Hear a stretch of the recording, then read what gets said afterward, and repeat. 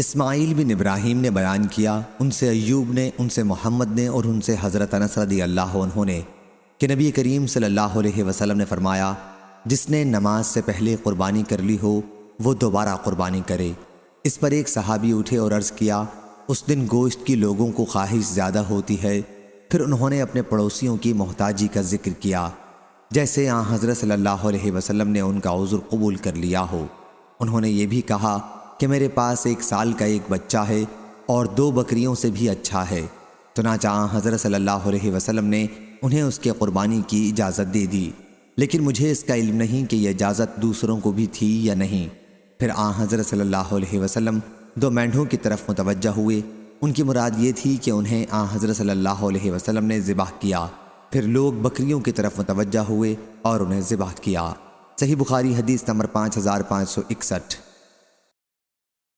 اسود بن قیس نے بیان کیا، کہا میں نے حضرت جندب بن سفیان بجلی رضی اللہ عنہ سے سنا کہ قربانی کے دن میں نبی کریم صلی اللہ علیہ وسلم کی خدمت میں حاضر ہوا۔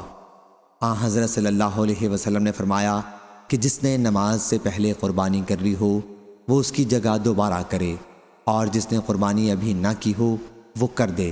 صحیح بخاری حدیث نمبر 5562۔ براء رضی اللہ عنہ نے بیان کیا کہ نبی کریم صلی اللہ علیہ وسلم نے ایک دن نماز عید پڑھی اور فرمایا، جو ہماری طرح نماز پڑھتا ہو اور ہمارے قبلے کو قبلہ بناتا ہو وہ نماز عید سے فارغ ہونے سے پہلے قربانی نہ کرے۔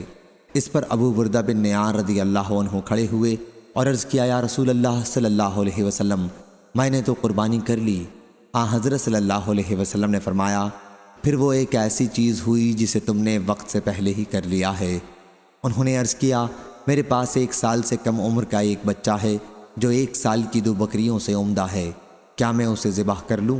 آن حضرت صلی اللہ علیہ وسلم نے فرمایا، کر لو، لیکن تمہارے بعد یہ کسی اور کے لیے جائز نہیں ہے۔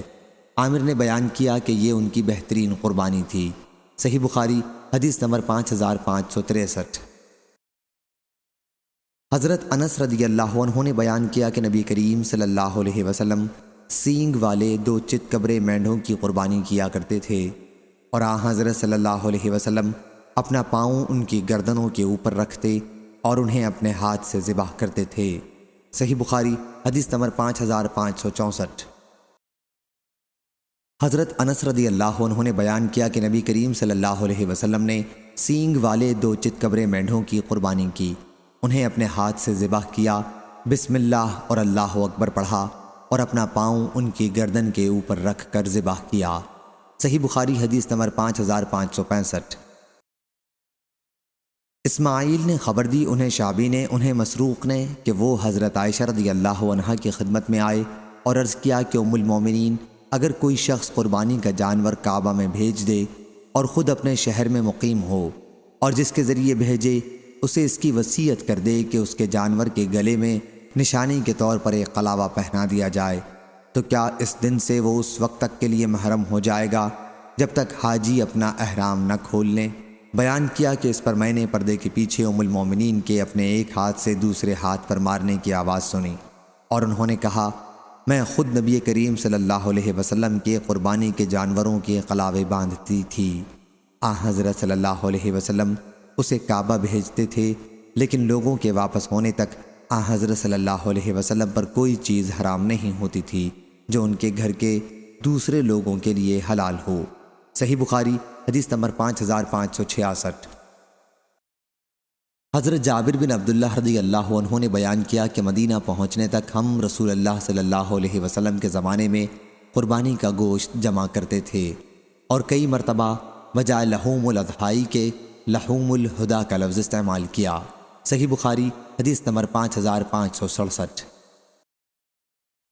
حضرت ابو سعید رضی اللہ عنہ نے بیان کیا کہ وہ سفر میں تھے، جب واپس آئے تو ان کے سامنے گوشت لایا گیا، کہا گیا کہ یہ ہماری قربانی کا گوشت ہے۔